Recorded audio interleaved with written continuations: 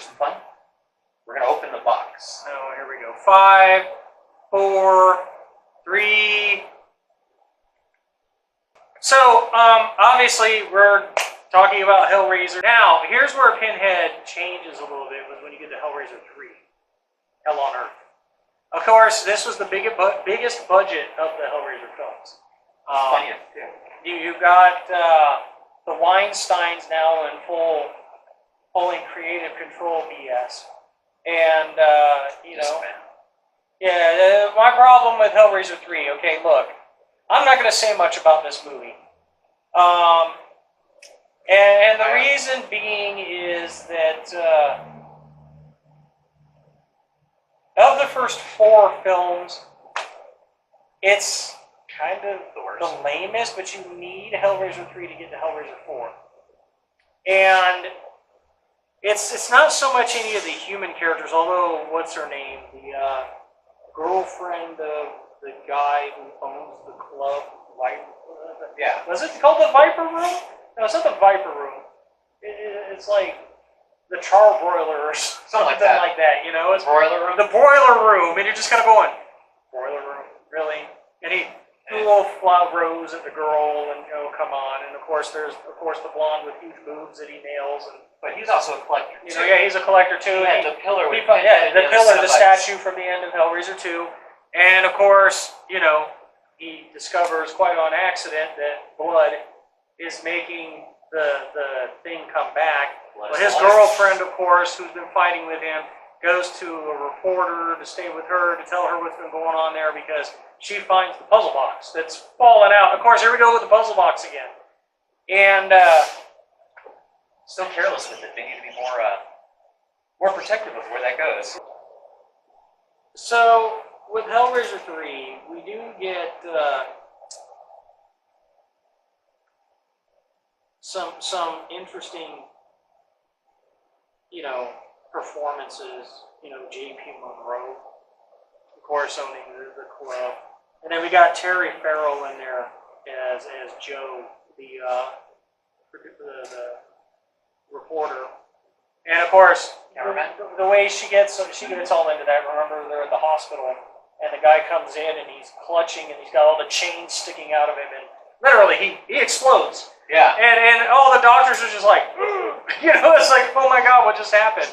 And of course, Joe, well, no, that's right. She didn't bring her the box. Joe picked it up. She picked the box up because he had stolen it from the club. Yeah. So I was mistaken there. I just remembered the scene. And, this is what brings the girlfriend to her, and J.P. Monroe comes around who's like, I'm sorry, but you're a bargain basement dollar store Glenn Danzig. You're not that cool. And then tell me that's not what he was. Yeah. Glenn Danzig with the big boy, Bob's big boy's haircut, man. I mean, seriously, wearing like James Dean's clothes, dude. It was terrible.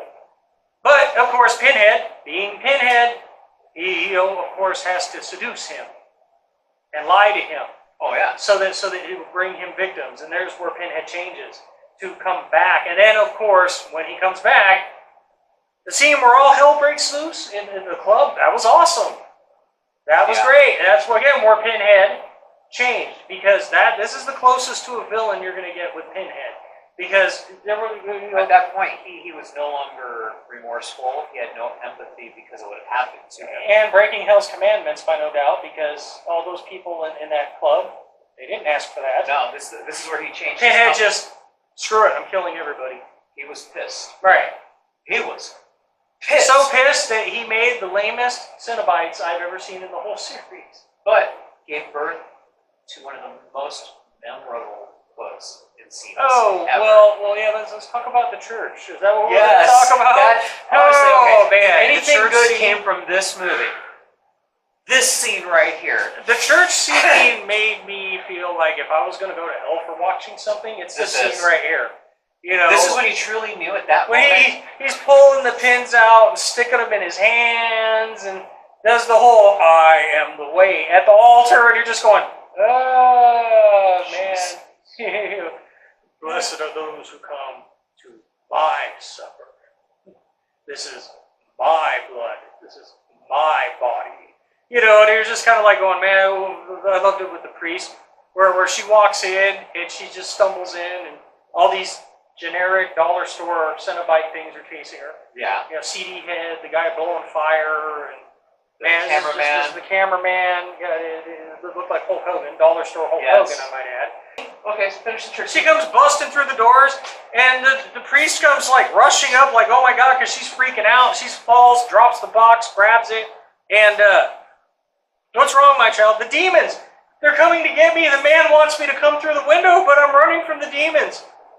Demons? There's no such thing as demons. It's in the Bible, child. They're parables. And of course,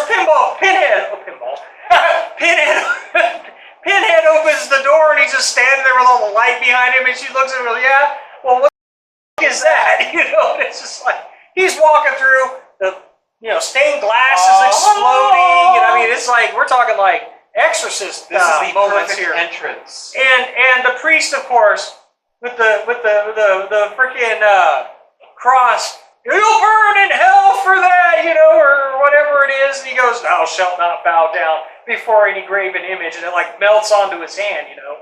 And he's all, you'll burn in hell. Oh, burn! What a limited imagination, you know. It's like, this is Pinhead just being straight evil. This whole scene in the church, he's irritated with humans. right? At this point. He's just, he wants that box because he wants to close the Well, he's been stuck Yeah. in this world since the first. He wants it because he can close the doorway to hell. But they also, this was a new one for this film. The only way that a Cenobite can get this box is if a mortal gives it to him. Yes. They have to willingly That's give why it I say to in him. the first one, Christine, give me Yeah. the box. Give me the box. So it's like you gotta, He asks nicely. But the thing is he wants the box. He wants the box, and she has it, so she's able to close the box, and everyone weep.